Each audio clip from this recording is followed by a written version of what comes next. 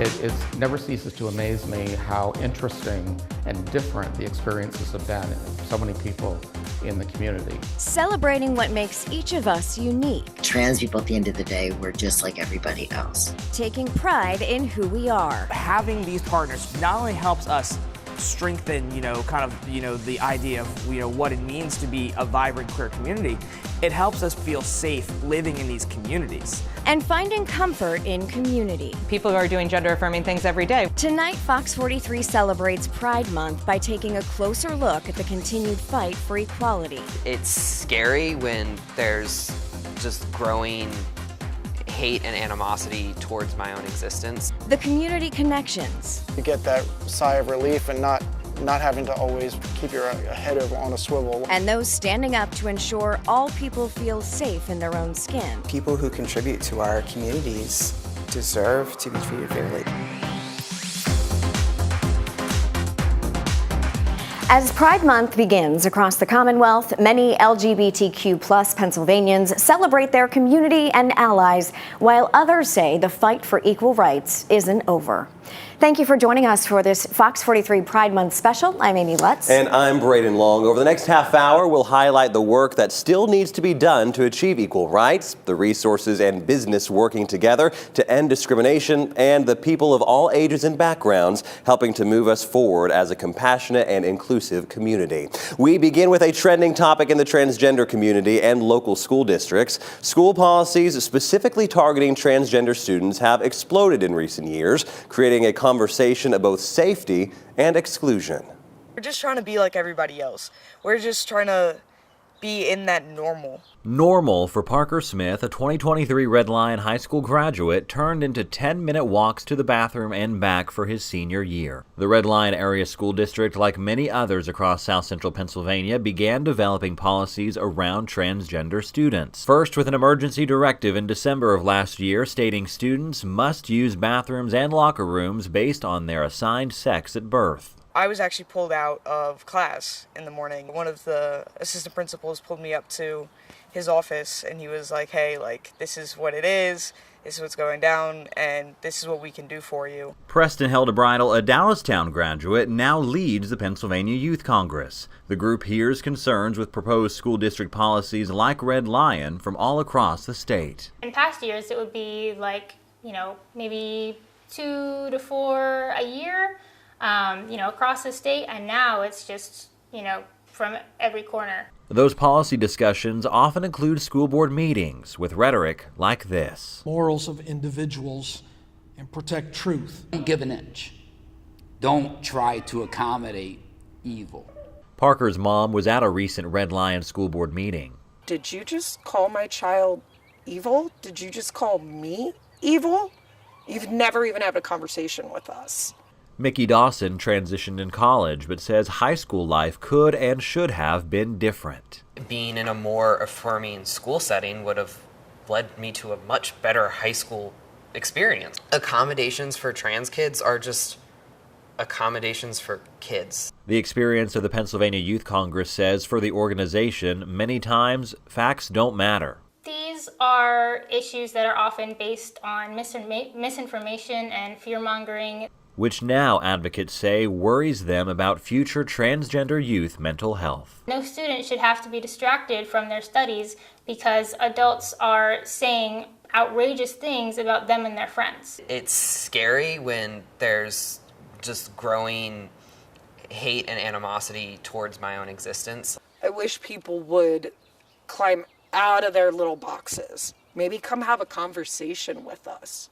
Be considerate of them. And think about when you're standing up there saying that we're evil, we're in the room listening to you.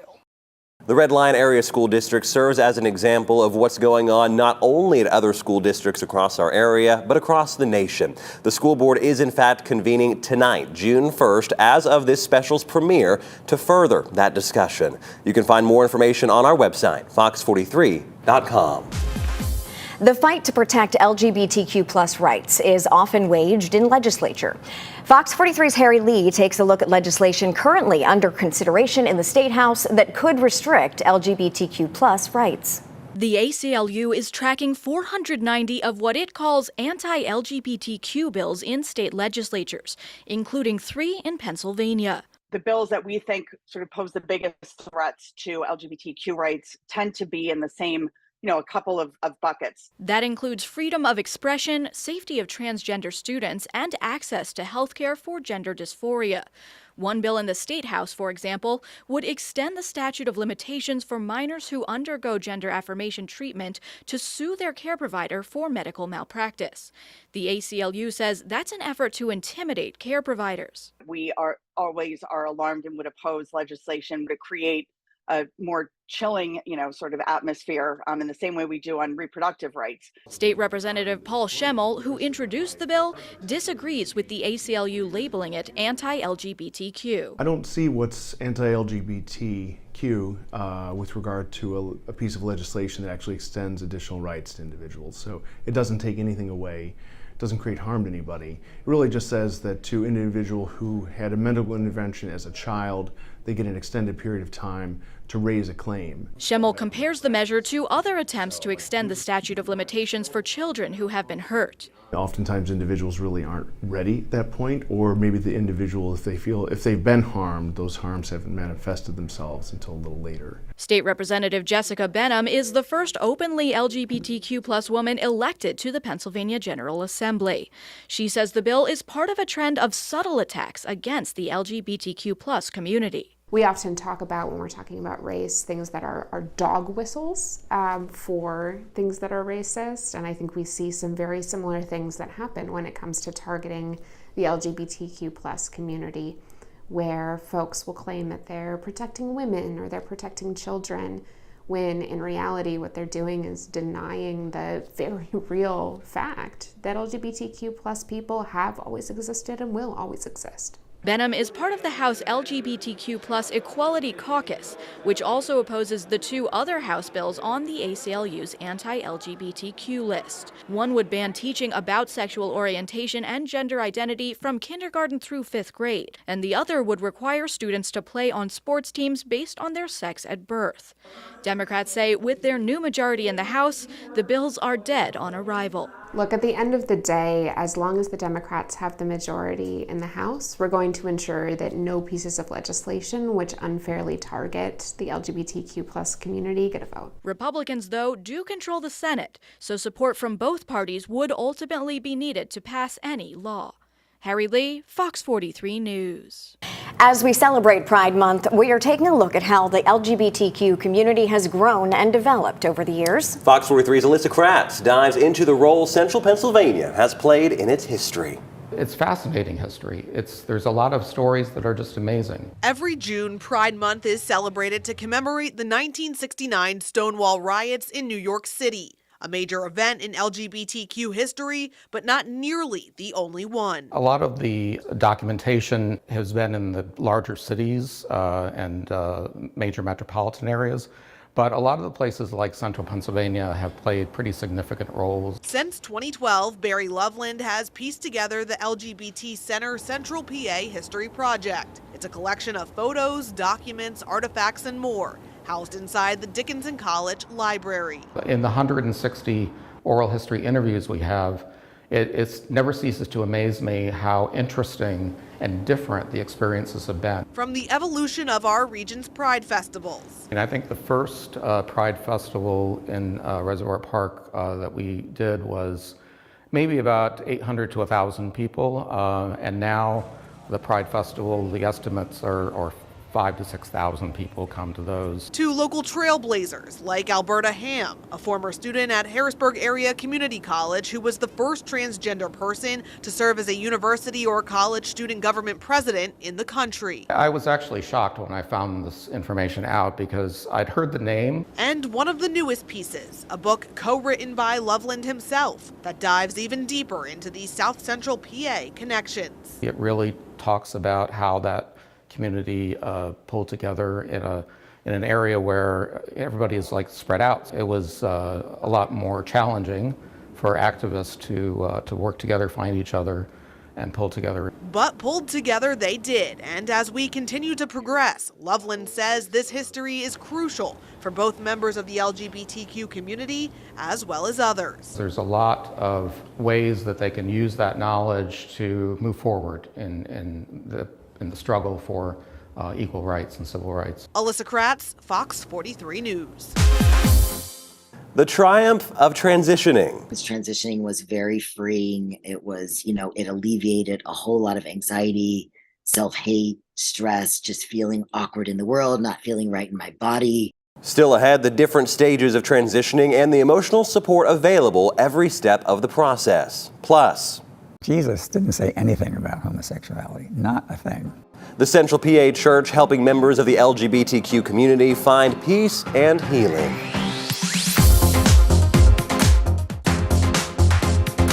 I don't know a whole lot about transness. There's sometimes like a fear, and there's sort of like a, what is this? This is weird. This is, why do you need this? And I just kept getting more and more phone calls. And I said, like, hey, the need's here. People really need this help. For licensed professional counselor Alexander Stefanini, the need for that help prompted him to found a therapy group specifically for LGBTQ+ patients. An area of need for counseling included transgender individuals at all stages of transitioning. Stefanini knows firsthand that changing gender from man to woman or woman to man can be complicated physically and mentally. And he wanted to create a safe space for patients and family members alike to work through their issues, including gender identity, sexual orientation, and more.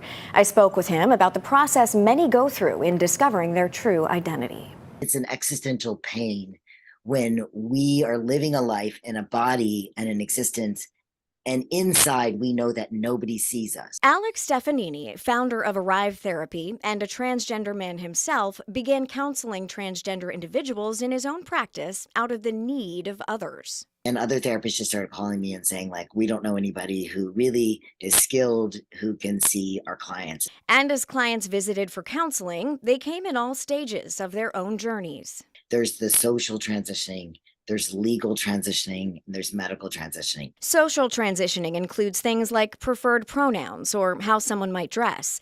Legal transitioning examples go to a legal name change or gender changes on insurance or a social security card.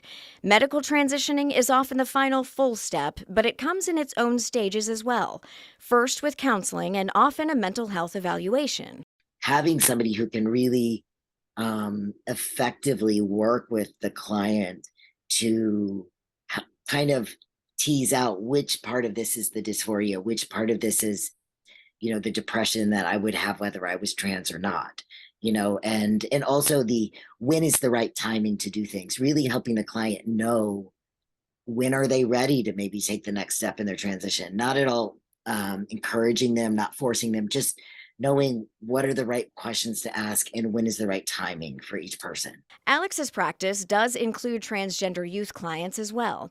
It's a complicated process at any age to transition, and if, with both parental and mental health professional approval, someone younger opts to consider medical options, often the first medical step is buying time.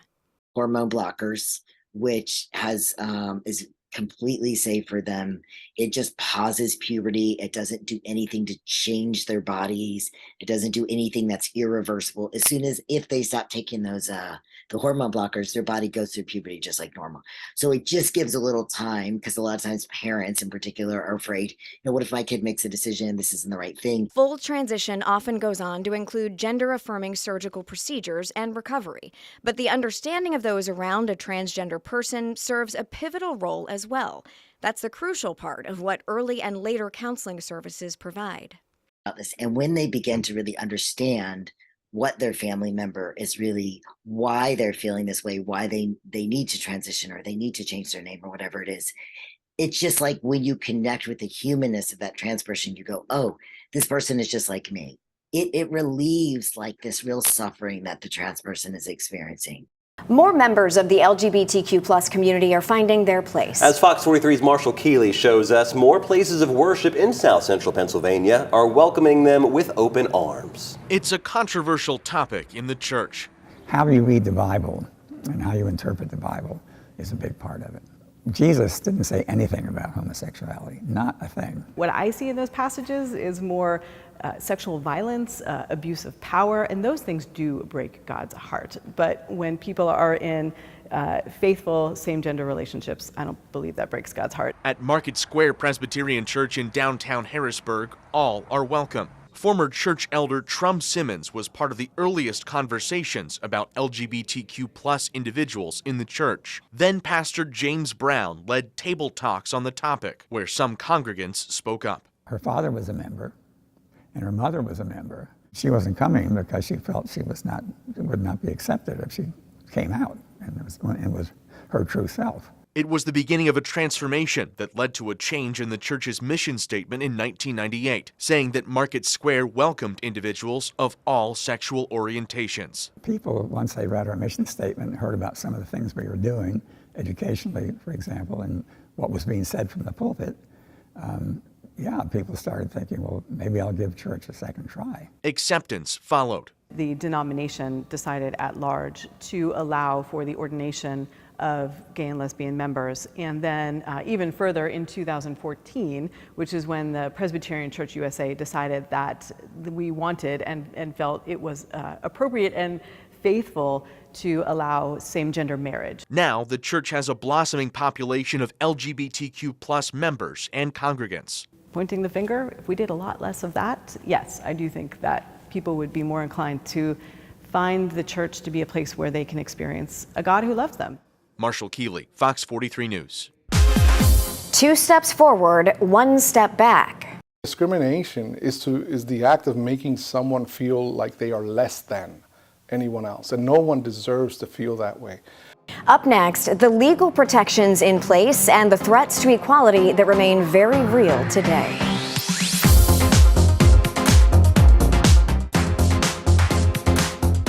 Discrimination takes many forms, often clouded and hard to identify. But LGBTQ advocates and state officials say it continues to happen despite state and federal regulations. Non-discrimination is at the top of the list, and it has to be. Henry Cius is the new executive director of the Governor's Commission on LGBTQ Affairs, a first-of-its-kind commission created in 2018. It focuses on advising the governor on issues facing the LGBTQ+ community. They, along with the Pennsylvania Human Relations Commission and the Pennsylvania Youth Congress, receive calls for help every day. We still get calls with people facing harassment in the workplace, discrimination in finding apartments. These issues are persistent until we get a state law passed. That state law many LGBTQ advocates want passed is the PA Fairness Act. Proponents say it takes the extra step to specifically enshrine sexual orientation and gender identity as a protected class, like race, religion, or sex.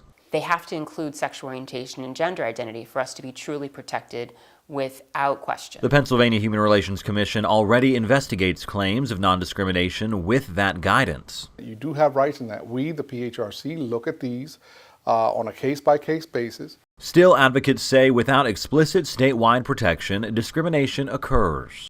It's a reason dozens of municipalities across the Commonwealth have taken the extra step in adopting local non-discrimination ordinances. Chambersburg, Franklin County did so in October of 2021. You get that sigh of relief and not having to always keep your head on a swivel, like always constantly being concerned about what somebody's going to say or do. Having those protections kind of makes you feel, I guess, more comfortable in your own community. But it didn't last long. 3 months later, January 2022, it was repealed. Resident Chadwick Hare said the 7-3 vote on the council called the non-discrimination ordinance redundant. There was a fear that there could be an issue with myself, my daughter, or anyone else that I know that is in the community that could have an issue and then have no protections. Proponents say local ordinances give many Pennsylvanians comfort. They also fill a knowledge gap for potential state help. I believe that because there hasn't been any protections in the past, people don't know that they could file. Discrimination also includes access to health care, education, and employment opportunities. Concerns Goodman says are not being addressed correctly in the General Assembly. There's certain arguments being promoted in Harrisburg that non-discrimination protections would force all physicians to provide gender confirmation procedures on minors, which just doesn't happen. The real conversation is, can you go to a hospital and get health care? Can you go to get a public school and receive a public education if you're an LGBT student. That's what this bill is about. It's not about all of these other things that are being brought into it. Others say what non-discrimination protection is really about builds community. People who contribute to our communities deserve to be treated fairly. Discrimination is the act of making someone feel like they are less than anyone else, and no one deserves to feel that way. As of this special, the PA Fairness Act's debate continues. I also reached out to the president of the Chambersburg Borough Council, who stands by their decision, stating, "We think people enjoy our community and want to live here. The lack of an NDO ordinance has not changed that." Stay with us. Fox 43's Pride Special continues after the break. As you've heard over the past half hour, how a person feels on the inside may not be the same as how they look on the outside. Fox 43's Robert Stover visited a barbershop in Elizabethtown that believes a haircut can positively change a person's outlook on life. Hair is a huge part of everybody's identity. I mean, a lot of people don't care about the hair, but a lot of people do, and a lot of people express themselves through their hair. A family-owned business in Lancaster County is helping customers feel comfortable in their own skin. I was trying to find a gender-affirming, safe barbershop. This barbershop is really wonderful in the community and safe space that it's created. A lot of times a very scary experience for a queer person to walk into a very oftentimes gendered space as a barbershop, and being worried about being accepted or welcomed into that space and getting a good haircut. How a person chooses to cut their hair can impact how others see them. I definitely think that there's a lot of anxiety just from previous social norms to appear a certain way. And that's where Elizabethtown Barbershop comes in. The LGBTQIA supportive business is giving people their voice back and working to spread the word. We added ourselves on the website Strands for Trans, and then that really brought in quite a few people as well. I told Jackie that I'd found the place on Strands for Trans, and explained that it was really important to me to find a space that I could feel safe to get a haircut and feel respected. Elizabethtown Barber is just one of several businesses in a group called Strands for Trans, a website that provides a list of businesses for members of the LGBTQIA+ community. It's so wonderful to have that resource. It's not something I had growing up. And so I think having that resource is going to allow people to feel more comfortable to go get a haircut that they truly want. So what do haircuts have to do with gender-affirming care? We think of gender-affirming care just as medical care, but people who are doing gender-affirming things every day. And I wanted the experience, and I know the experience makes me happy to be able to be in a barbershop and get the haircut I want to get. And that's gender-affirming care to me. A haircut for anyone and a barbershop for everyone. When I can provide a haircut and spin somebody around in the chair and they look in the mirror and they say, wow, this looks like me, that's a really awesome feeling. Robert Stover, Fox 43 News. Thank you so much for joining us for our celebration of Pride. If you would like more information on any of the issues covered, you can visit our website, fox43.com. We've also put together a list of Pride events happening this month so that you can join in on the celebration. For Braden and all of us here at Fox 43, thanks so much for joining us.